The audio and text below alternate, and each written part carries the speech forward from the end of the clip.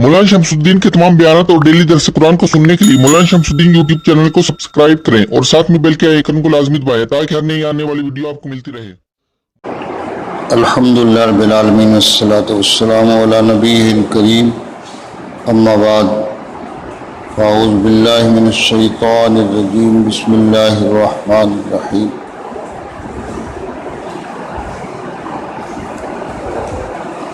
ला उक़्सिमु बियौमिल क़ियामा वला उक़्सिमु बिन्नफ़्सिल लव्वामा अयहसबुल इंसानु अल्लन नजमअ इज़ामा बला क़ादिरीना अला अन नुसव्विय बनाना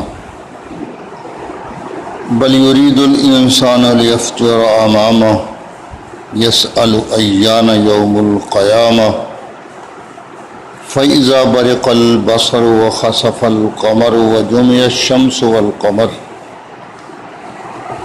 यक़ूलुल इंसानु यौमइज़िन ऐनल मफ़र कल्ला ला वज़र इला रब्बिका यौमइज़िनिल मुस्तक़र युनब्बउल इंसानु यौमइज़िन बिमा क़द्दम व अख़्ख़र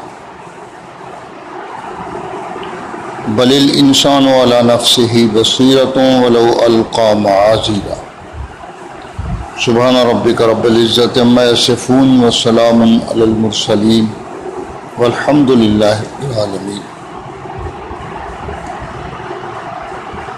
कल आयत नंबर 4 तक बात जिक्र की गई कि अल्लाह ताला को इस बात पर कुदरत हासिल है कि इंसान के पूरे तक को बनाए। पूरा ये किसी चीज़ की इंतहाई छुटाई को बयान करने के लिए भी ये पूरे का लफ्ज़ इस्तेमाल होता है और आदमी अपने सारे जिस्म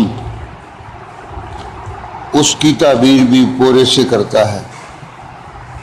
जैसे कहता है कि मेरे पूरे पूरे में दर्द है, यानी सारे जिस्म में दर्द है, उसका कोई हिस्सा जो है वो दर्द से तकलीफ से बचा हुआ नहीं। तो खालिक़ कायनात ने यहाँ पूरे का जिक्र फरमाया कि हम तो इस बात की भी कुदरत रखते हैं अन नुसव्विय बनाना, कि इंसान के ये जो पूरे हैं इसको हम दुरुस्त कर दें, ठीक ठीक उसी तरह बना दें जिस तरह अब इसके पूरे हैं। गोया हमारी कुदरत जो है इस बात पर हावी है, हम इस बात को की ताकत रखते हैं कि जिस तरह इंसान के ये पूरे और इसकी ये लकीरें, जैसा कल मैंने अर्ज़ किया कि इस वक्त दुनिया में पहचान के लिए ये पूरे ही इस्तेमाल होते हैं और कुरान मजीद ने इसको आज से 1400 साल पहले ही जिक्र कर दिया। साइंस वालों ने तो अब दरियाफ्त किया, उनको तो अब ये बात मालूम हुई अपने तजर्बात से। देखो कुरान तो पहले ही इशारा कर रहा है और वाक़या और हकीकत ये है कि ये बचपन से लेकर जवानी और बुढ़ापे कब्र में जाने तक ये पूरे की लकीरें इसी तरह रहती हैं। बस ये है कि जूं जो है उसका अंगूठा और उसके उंगलियों के पोरे जो हैं वो बड़े होते हैं। मसलन बचपन में उसकी उंगली पतली है, छोटी है, वो पोरे वो उनकी लंबाई चौड़ाई वो उसी हिसाब से है। और जब वो जवान हो जाता है तो जितने ये पूरा जिस तरह बढ़ गया और बढ़ने की जो इंतहा थी उस तक पहुंच गया, कमाल तक पहुंच गया, वो लकीरें भी इसी तरह कमाल तक पहुंचती हैं और फिर वो उम्र के आखिरी हिस्से तक घिसती नहीं है, उसी तरह रहती है। इंसान के नाखून वो उसी तरह नहीं रहते, नाखनों को काट दो, वो हिस्सा अगला ख़त्म हो गया। पाँव के नाखन हों, हाथ के नाखन हों, इसी तरह सर के बाल, ये भी अलामत नहीं बन सकते। सर के बाल बढ़ते हैं, उनको काट दिया जाता है। कई लोग बड़े बड़े बच्चियों की तरह जो है वो बाल आज रखे हुए देखे होंगे, बज़ाहिरन चलते हुए उनको देखो तो उनमें और बच्चियों में कोई फ़र्क नहीं। तो सर के पीछे जूंडा बनाया हुआ है, ऐसे अहमकाना हिप्पी बने हुए हैं। और कई लोग जो हैं वो इन बालों को सिरे से बिल्कुल मंडवाते हैं, मूछें भी मंडवाई, दाढ़ी भी मंडवाई, सर के बाल भी मंडवाए, हर शय सफाई। तो वो कभी और चंद दिनों के बाद वो बढ़ जाते हैं। तो ये बाल जो हैं ये भी अलामत नहीं बन सकते। क्यों? इसलिए कि बचपन में बाल होते हैं, जवानी में वो शुरू होते हैं बाल ख़त्म होना, और बाद का सर सारे का सारा जो है वो साफ हो जाता है खुद ब खुद, ब्लेड लगाने की ज़रूरत नहीं, बगैर ब्लेड के ही वो साफ हो जाता है, सारे गंजे हो जाते हैं। असला, अरबी ज़ुबान के अंदर असला कहते हैं। तो इसी तरह हाथ ये बचपन में छोटे होते हैं, तली बचपन में छोटी होती है, ये भी अलामत नहीं बन सकती। ये जो पोरे हैं खालिक कायनात ने इनकी लकीरों को ये पहचान का जरिया बनाया। और पोरे का ही यहाँ जिक्र किया कि भी ये पोरे हमने जिस तरह पहले बनाए हैं, अब भी इंसान के मिट जाने के बाद अगर हम चाहेंगे और तो इन दोबारा पोरों को उसी तरह ही बना देंगे जिस तरह पहले बनाए। पहले बनाने में जबकि कोई मटेरियल भी मौजूद नहीं था, तो हमारी कुदरत से बन गए, कुन से फयाकून हो गया। इसी तरह अब तो सारा मटेरियल मौजूद है, जमा है। इंसान मर गया, कब्रिस्तान में दफन कर दिया, उसके जिस्म को मिट्टी जो है उसने खा लिया, और उसके जिस्म जो है वो एक जगह, उसके अज्जा उसी इलाके में पड़े हैं। हज़ारों साल गुजर जाएं, वो कब्रिस्तान तो वही है, वही मिट्टी पड़ी है। या अगर वो वहाँ से कोई मिट्टी उठाएंगे तो उठाकर उसी इलाके में डालेंगे, तो वो उसके जिस्म के अज्जा जो हैं उस मिट्टी में मिले हुए हैं और मिलकर वहाँ पड़े हुए हैं। अगर उसको गंगा जमुना के अंदर बहा दिया, दरियाए चनाब की लहरों के सुपुर्द कर दिया, तब भी वो ज़मीन के अंदर ही बिलाखिर पहुँच गए। वो पानी कहाँ जाएगा? पानी बिलाखिर जाकर समंदर में गिर जाएगा।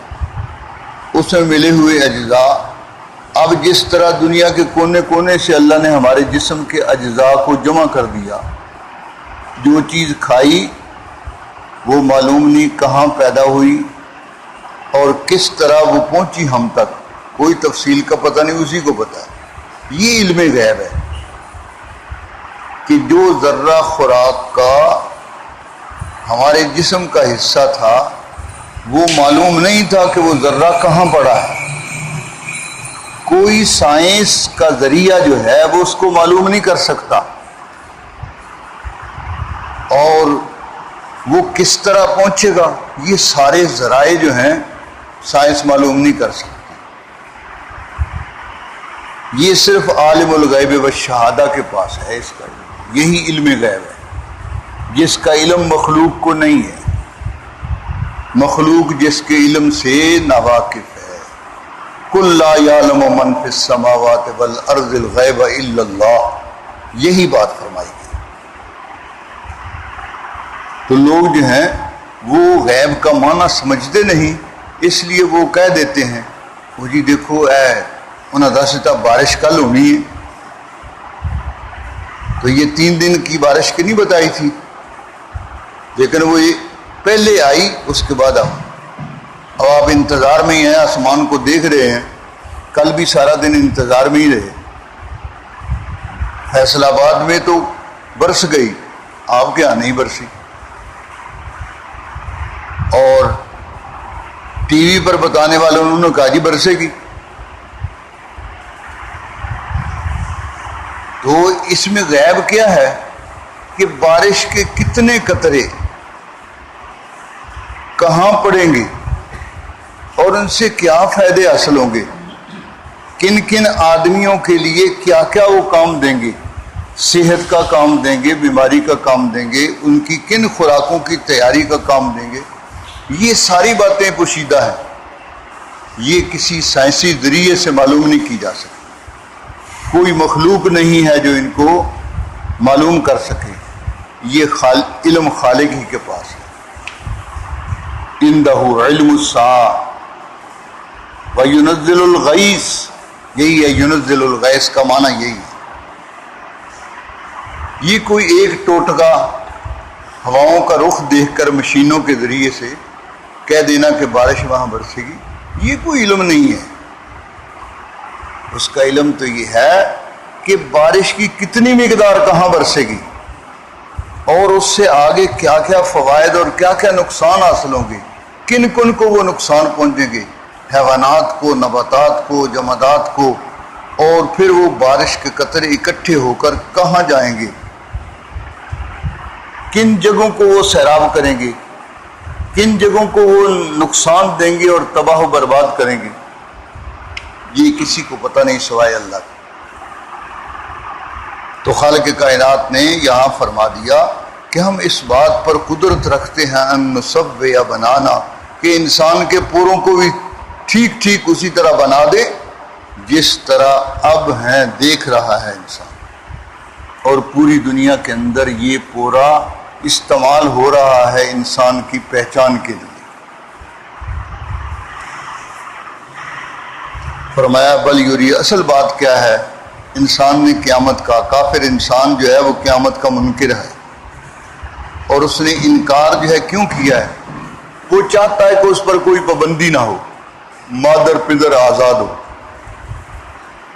اور یہ تو ہو نہیں سکتا. دنیا کی حکومتیں جو ہیں وہ بھی قانون ایسا بناتی ہیں کہ جو وہاں کے لوگوں کو ان قوانین کا پابند ہو کر رہنا پڑتا ہے.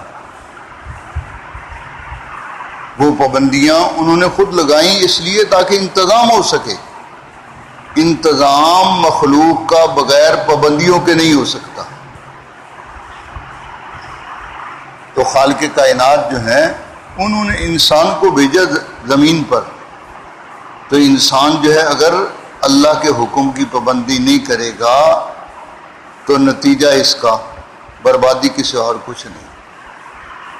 جس طرح کہ اگر حکومت انسانوں کے درمیان امن کے لیے قانون نہیں بنائے گی تو آپس میں لڑ کر ہی مر جائیں گے، اور بجائے اس کے کہ وہ حاصل کریں، جن چیزوں کو حاصل کرنے کی کوشش کریں گے وہ چیزیں یہیں پڑی رہ جائیں گی اور وہ خود مر جائیں گے.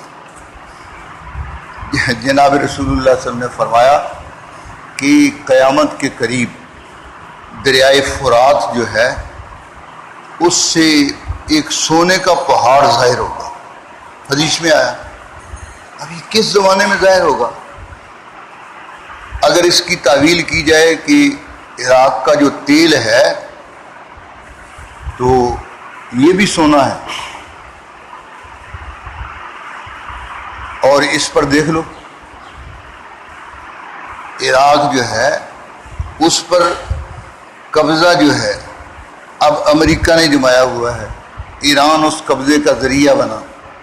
اب دیکھا اس کو کچھ حاصل نہیں ہو رہا، ایران جو ہے دوسرے بلاک میں چلا گیا، ادھر مفادات نہیں ملے تو دوسرے بلاک میں چلا گیا،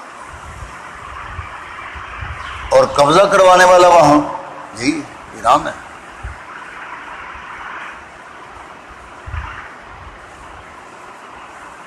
تو تیل جو ہے یہ بھی سونا ہے، لیکن جناب رسول اللہ علیہ وسلم جو بات فرمائی، جو لفظ فرمائے، اگر وہ ذہب کا لفظ جو ہے اس کا اصلی معنی ہی لیا جائے تو یہ بالکل قیامت کے قریب ہوگا کہ سونا کا پہاڑ ظاہر ہو جائے. اور فرمایا اس کے لیے پھر ہر طرف سے لوگ جو ہیں کوشش کریں گے، وہ آپس میں لڑیں گے، وہ کہیں گے ہمارا قبضہ ہو جائے، وہ کہیں گے ہمارا قبضہ ہو جائے۔ وہ لڑنے والے مر جائیں گے، یہ 100% مر جائیں گے، ادھر سے بھی ادھر سے بھی، پھر اور آئیں گے وہ بھی مر جائیں گے، پہاڑ وہیں رہ جائے گا اور وہ ہلاک ہو گیا۔ تو یہ عرب امارات پر امریکہ جو ہے اس نے اس کے تیل پر قبضہ جو کیا ہوا ہے، پہلے ان کے پاس تھا، اب اس نے اس ساری ان کی دولت کو وہ اپنے قابو میں لے لیا۔ اب جس وقت امریکہ جو ہے وہ ٹوٹے گا، ٹوٹنا تو ہے، جو چیز بنی ہے ٹوٹے گی، جیسے روس ٹوٹ گیا تو یہ بھی ٹوٹے گا۔ وہ اس کی جو 30 ریاستیں ہیں وہ ٹوٹ جائیں گی، وہ منتشر ہوں گی، انشاءاللہ منتشر ہوں گی، وہ ٹوٹے گا، تو اس کے ٹوٹنے کے بعد کسی اور کا وہاں قبضہ ہوگا، یا وہیں کے لوگ جو ہیں وہ اٹھ کھڑے ہوں گے اور وہ فائدہ اٹھائیں گے۔ یہ تو فرمایا کہ بھئی انسان یہ چاہتا ہے کہ اس پر کوئی پابندی نہ ہو اور بالکل آزاد ہو، بل یرید الانسان لیفجر امامہ، وہ چاہتا ہے برائی پر ڈٹا رہے، اپنی شہوات و خواہشات جو ہیں جتنی ہیں وہ پوری کر لے، شہوات و خواہشات کی کوئی انتہا نہیں، اور یہ جتنا ان کو بڑھایا جائے، شہوات و خواہشات کی حد بندی نہ کی جائے بلکہ بڑھایا جائے، بڑھتی چلی جاتی ہے، اور جتنی عمر جو ہے وہ گزرتی جاتی ہے شہوات و خواہشات اتنی بڑھتی چلی گئی۔ بندہ جو ہے یہ چاہتا ہے کہ ہر طرح کی آزادی اس کو حاصل ہو، جو چاہے جو ہے جہاں چاہے جائے، جس طرح چاہے جائے، جو چاہے کھائے، جو چاہے پیے، اور جس طرح چاہے جتنا چاہے آرام کرے، یہ ساری آزادیاں لیفجر امامہ، یہ انسان چاہتا ہے، حالانکہ اس میں اس کا نقصان ہے۔ فرمایا اگلی زندگی اس طرح تباہ ہو جاتی ہے اگر آدمی کو ہر طرح کی آزادی دے دی جائے اور اس پر کوئی بھی پابندی نہ۔ یہ پابندیاں تو بندے کو بندہ ہونے کی وجہ سے، اس پر پابندیاں ہوں گی بندگی کی، کہ بھئی تو ہماری زمین پر رہتا ہے، ہمارے آسمان کے نیچے رہتا ہے، بندہ بن کے رہ۔ اللہ کی طرف سے بھئی یہی ایک پابندی ہے کہ انسان زمین پر اللہ کا بندہ بن کر رہے۔ اگر بندہ بن کر رہے گا تو کل کو آخرت کے اندر اس کو وہ نعمتیں ملیں گی جس کا دنیا میں تصور بھی نہیں کیا جا سکتا۔ سبحانک لا علم لنا الا ما علمتنا